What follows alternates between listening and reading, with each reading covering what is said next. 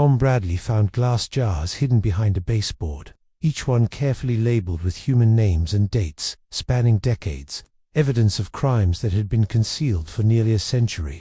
The 43-year-old Carpenter was renovating the kitchen of a 1920s colonial house in Salem, Massachusetts, when he discovered the deliberate hiding space that extended along the entire wall. Inside the cavity, 37 specimen jars were arranged in precise rows, containing biological material suspended in clear preservation fluid. The handwritten labels made Tom's hands tremble. Margaret Sullivan, 1943. Robert Chun, -1956. Linda Martinez, -1971. The date spanned from the 1940s through the 1980s, each jar numbered sequentially and organized, chronologically like a twisted catalogue of human specimens. The house at 1428 Maple Avenue had belonged to Dr. Harold Whitman, a respected physician who had died 3 years earlier without heirs. Tom realized he was looking at evidence of systematic collection and preservation that suggested something far more sinister than medical research. The jars represented decades of deliberate specimen gathering,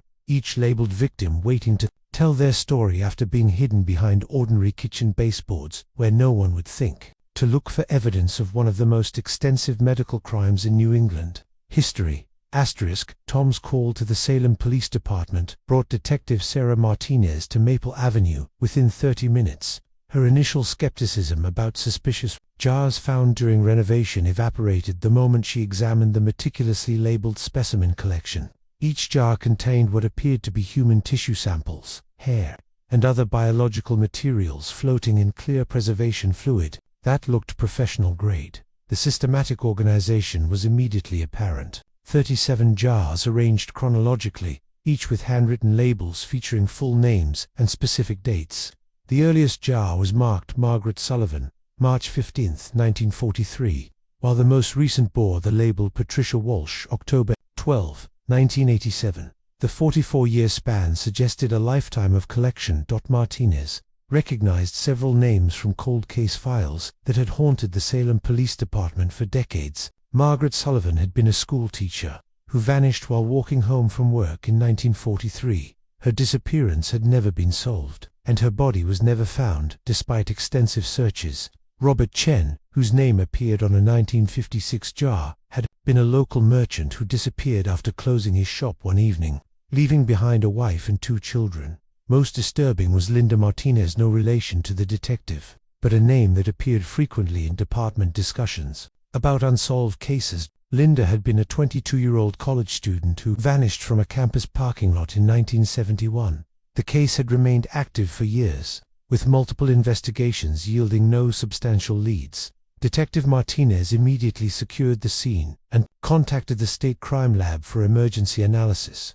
The specimens appeared to be preserved in formaldehyde or similar chemicals, suggesting someone with medical knowledge and access to laboratory equipment had created the collection.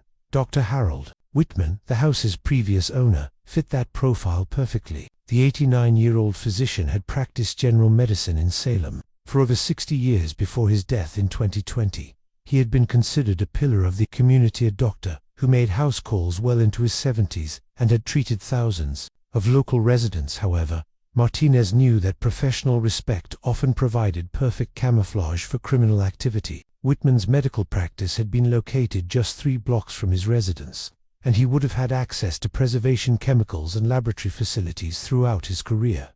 The detective photographed each jar from multiple angles, noting the precise handwriting and consistent labeling format. Someone had taken great care to catalog these specimens, numbering them sequentially and maintaining detailed records. This wasn't random collection, it was systematic documentation that suggested the work of an organized, methodical individual. As Martinez waited for crime scene technicians to arrive, she realized Tom's renovation discovery might represent the breakthrough investigators had been seeking for decades. The hidden jars could provide answers to missing person cases that had puzzled 3 generations of Salem police officers. Detective Martinez's investigation into Dr. Harold Whitman revealed a complex figure whose medical career had spanned 6 decades in Salem. Born in 1931, Whitman had graduated from Harvard Medical School in 1957 and established his general practice in Salem the following year. His medical records showed he had treated an estimated 15,000 patients during his career,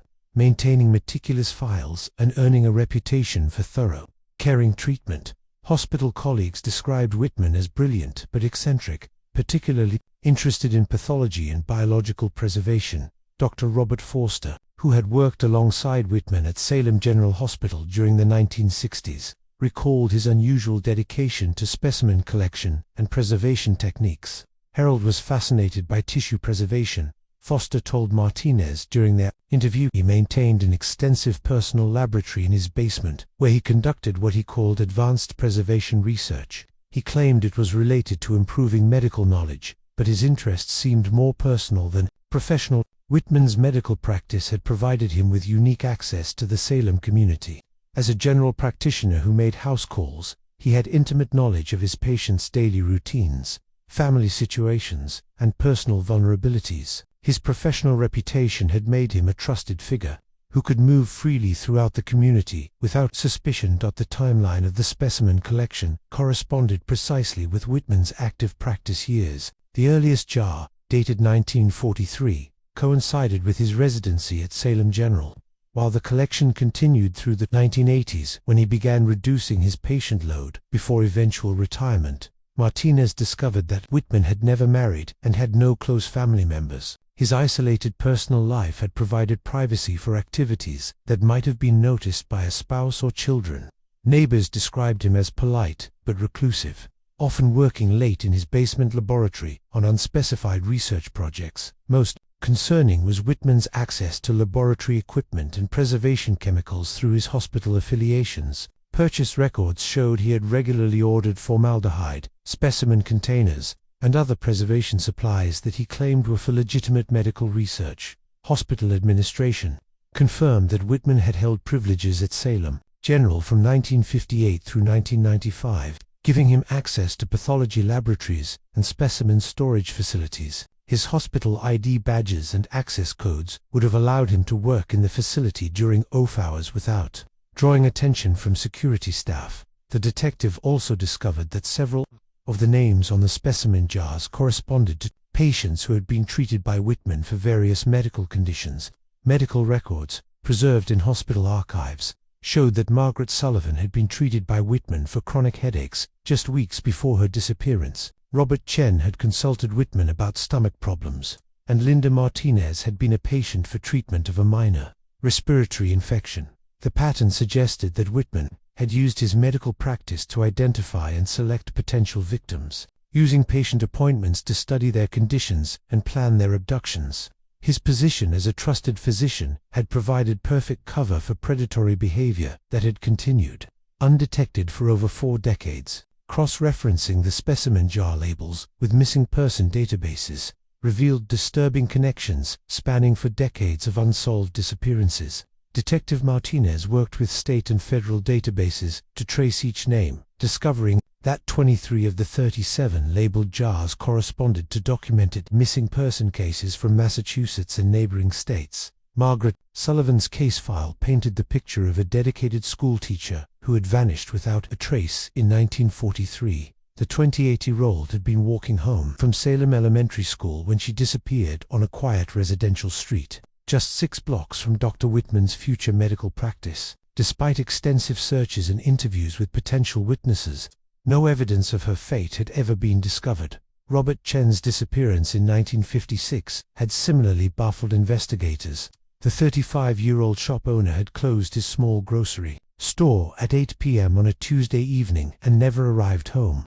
His wife had waited until midnight before calling police, and the subsequent investigation found no signs of struggle at his store or evidence of robbery. Chen had simply vanished between his shop and his house, a distance of less than 1 mile. Linda Martinez's case from 1971 was particularly well documented because it had occurred during an era of improved police procedures and media coverage. The 22-year-old college student had been pursuing a degree in education at Salem State University when she disappeared from the campus parking lot after an evening class. Her car was found unlocked with her purse still inside, but no witness had seen her abduction. In each case, Detective Martinez discovered that the missing persons had been patients of Dr. Whitman within weeks or months of their disappearances. The original investigators had interviewed Whitman as a witness, seeking information about the victim's medical conditions and mental states, but he had never been considered a suspect.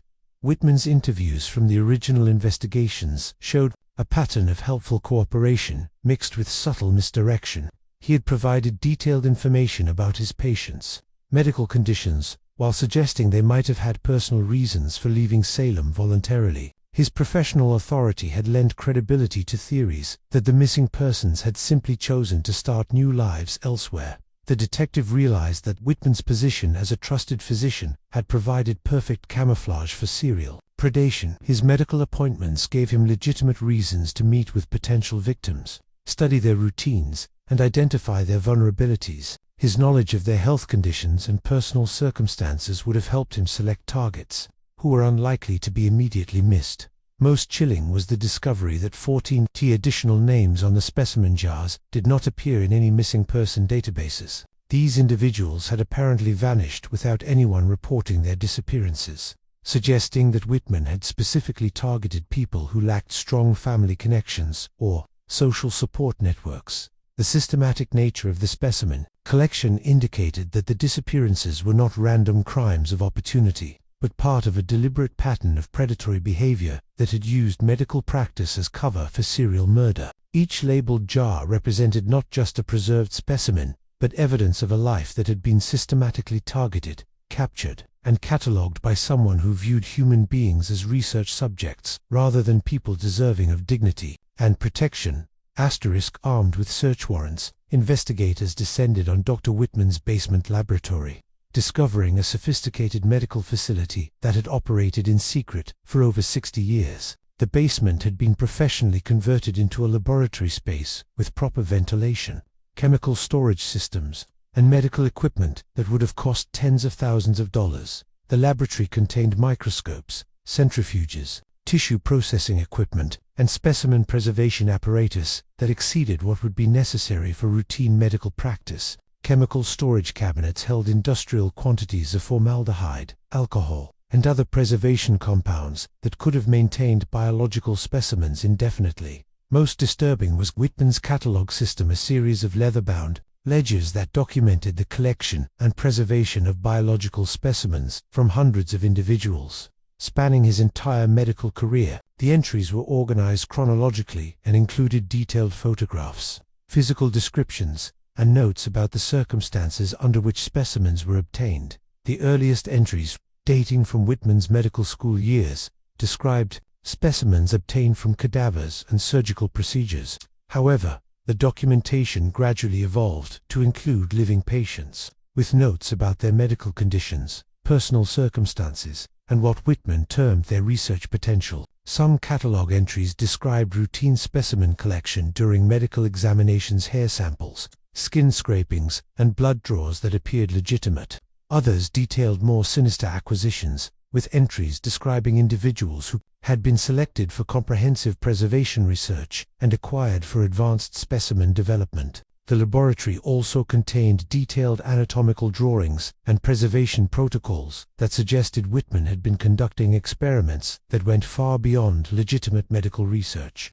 His notes described techniques for preserving entire organs, maintaining tissue viability for extended periods, and what he called optimized human specimen processing. Hidden compartments within the laboratory revealed correspondence with other physicians and researchers who appeared to be involved in similar activities. Letters dating from the 1940s through the 1980s discussed shared research interests, specimen exchanges, and meetings to discuss advanced preservation techniques for medical advancement.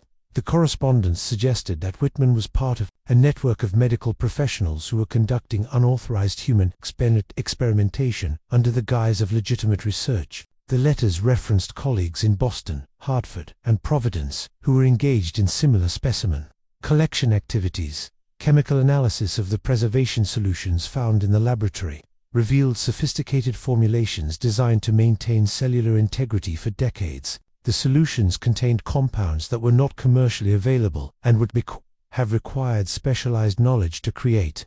indicating that Whitman had access to advanced research information. Perhaps most shocking was the discovery of additional specimen storage areas throughout the basement, containing jars and containers that held entire organs and body parts preserved with the same meticulous labeling system. The scale of the collection suggested that Whitman had been systematically harvesting biological material from victims for research purposes that remained unclear. The laboratory's organization and documentation indicated that Whitman viewed his activities as legitimate scientific research rather than criminal behavior. His detailed records and careful preservation techniques suggested someone who believed he was advancing medical knowledge through methods that he kept secret from the broader medical community. The discovery transformed the investigation from a local missing person case into a potential federal matter, involving decades of medical crimes that might extend across multiple states. DNA analysis of the specimen jars confirmed Detective Martinez's worst fears: the preserved materials were indeed human tissue samples, with several genetic matches to missing persons who had been patients of Dr. Whitman. The forensic laboratory used advanced extraction techniques to recover usable DNA from specimens that had been preserved for up to 8 decades. Margaret Sullivan's DNA, extracted from tissue in the jar bearing her name, matched genetic material obtained from hair samples preserved by her surviving niece. The match provided conclusive proof that Sullivan had been murdered and that Whitman had preserved evidence of his crime for 78 years. Similar matches were confirmed for Robert Chen and Linda Martinez, validating the connection between the specimen collection and decades of unsolved disappearances. The DNA evidence transformed speculation into certainty. Whitman had been systematically murdering patients and preserving biological samples as trophies or research material. Most disturbing was the forensic pathologist's determination that many specimens appeared to have been obtained from living victims. Tissue samples showed characteristics consistent with surgical extraction rather than post-mortem collection, suggesting that Whitman had performed procedures on conscious or sedated victims before killing them. The forensic analysis revealed that Whitman had been using his medical practice to identify victims based on specific criteria that remained unclear.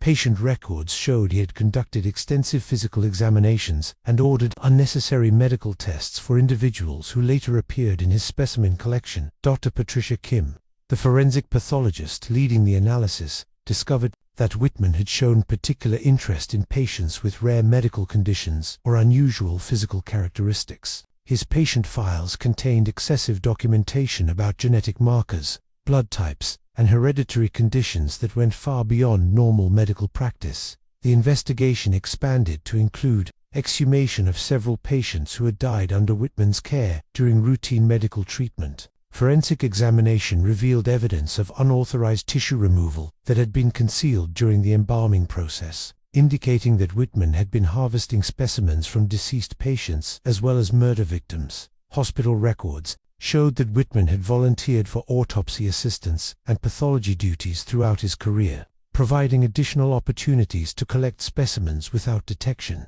His enthusiasm for post-mortem examinations had been interpreted as professional dedication rather than evidence of criminal behavior. The scope of Whitman's activities became clear as investigators realized he had been conducting unauthorized human experimentation for over 60 years. The specimen collection represented one of the most extensive cases of medical serial killing in American history, with potential victim counts reaching into the hundreds. DNA analysis also revealed that several specimens came from individuals who had never been reported missing, suggesting that Whitman had targeted people who lacked family connections or social support networks. These victims had vanished without anyone noticing their absence, allowing Whitman to operate without detection for decades. The forensic evidence provided closure for families who had spent lifetimes wondering about missing relatives. The knowledge that their loved ones had been victimized by a trusted physician added additional trauma to their grief.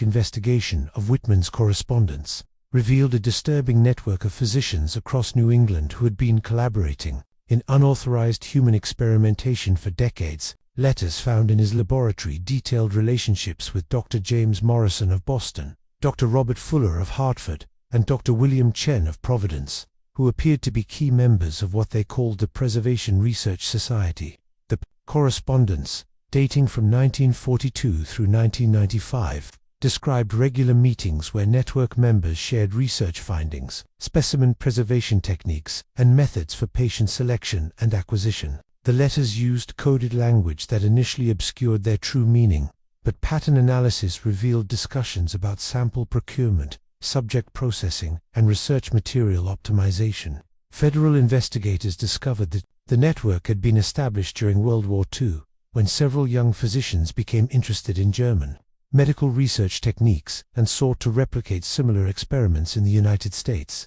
The group's founders had been inspired by reports of Nazi medical experimentation and wanted to advance American medical knowledge. Through similar methods, the network's activities had expanded significantly during the post-war years, with members developing sophisticated techniques for identifying vulnerable patients, conducting unauthorized procedures, and disposing of evidence. Their correspondence revealed systematic targeting of homeless individuals, immigrants, and patients with mental health conditions who were less likely to be missed if they disappeared. Most disturbing was evidence that network members had been referring patients to each other for specialized treatment that actually involved participation in unauthorized experiments. The referral system allowed members to share research subjects and collaborate on projects that required multiple physicians' involvement. Financial records recovered from Whitman's files showed that network members had been funding their activities through a combination of personal resources and grants obtained under false pretenses from medical research foundations.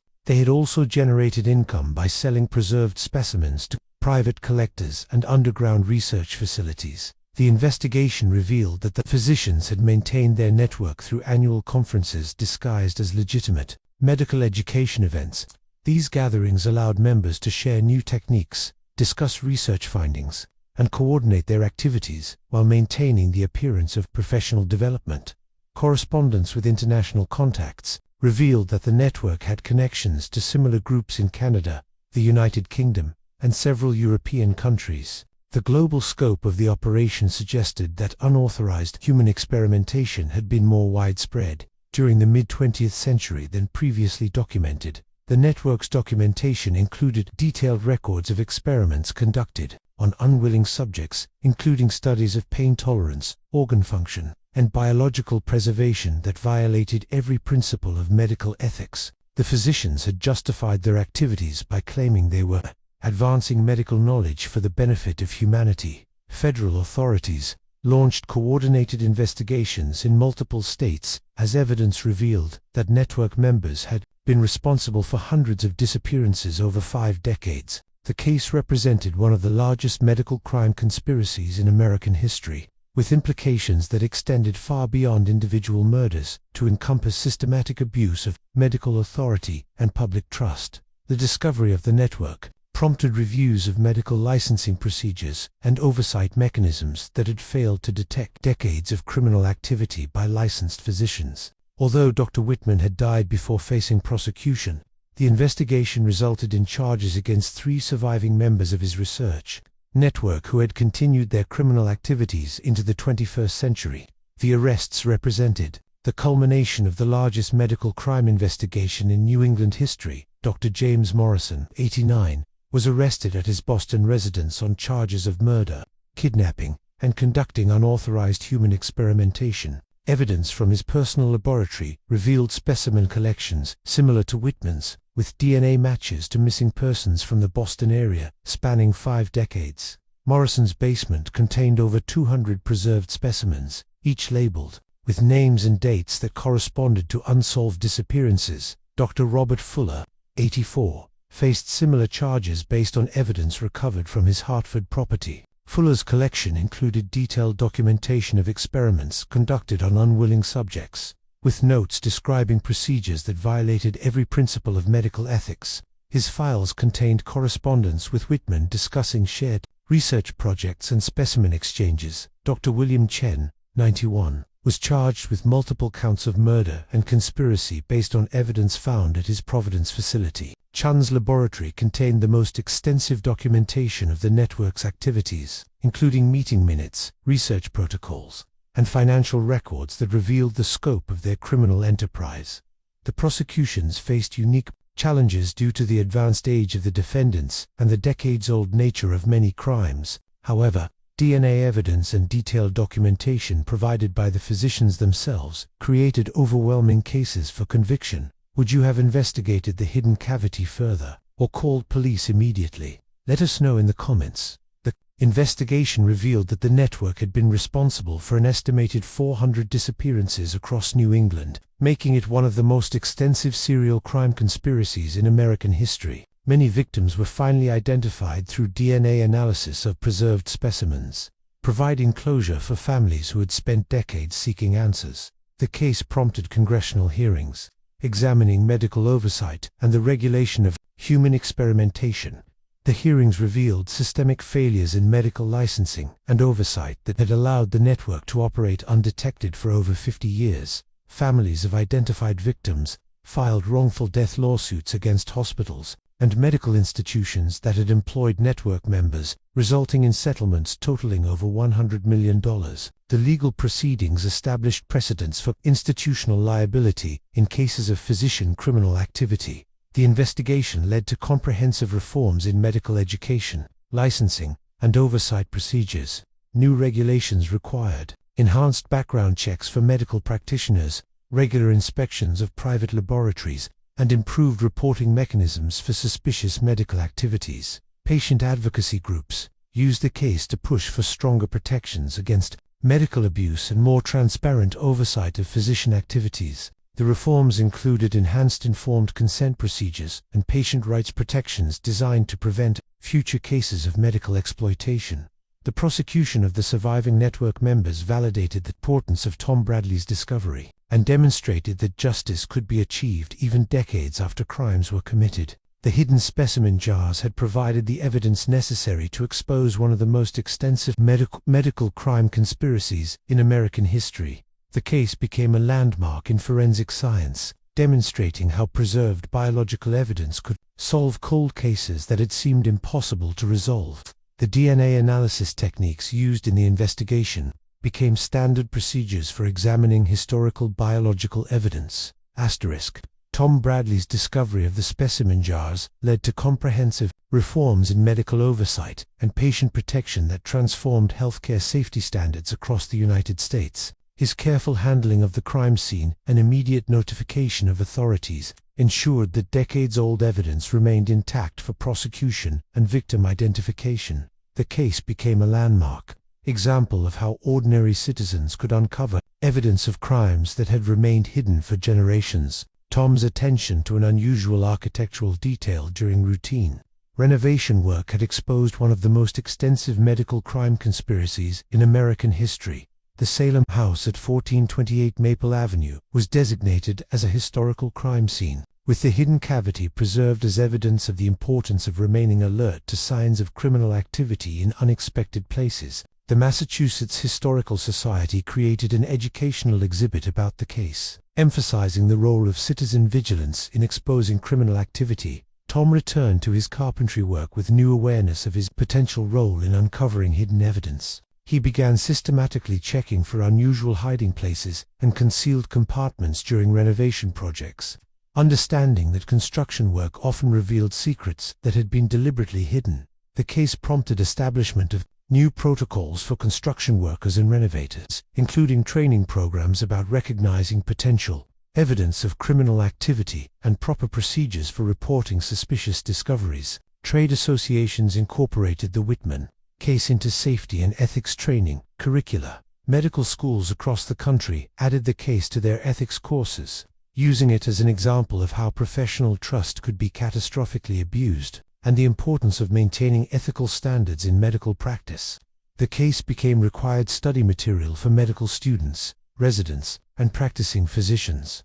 The specimen jar discovery led to the identification and proper burial of 127 victims whose fates had been unknown for decades. Families who had spent lifetimes wondering about missing relatives finally received answers, though the knowledge that their loved ones had been victimized by trusted physicians added complexity to their grief. Patient advocacy groups successfully pushed for stronger protections against medical abuse, including enhanced oversight of physician activities. improved informed consent procedures, and better reporting mechanisms for suspicious medical behavior. The reforms created multiple layers of protection designed to prevent future cases of medical exploitation. Like and subscribe. If stories like this keep you up at night, that investigation resulted in victim compensation funds and support services for families affected by medical crimes. The funds provided financial assistance for funeral expenses, counseling services, and legal support for wrongful death claims.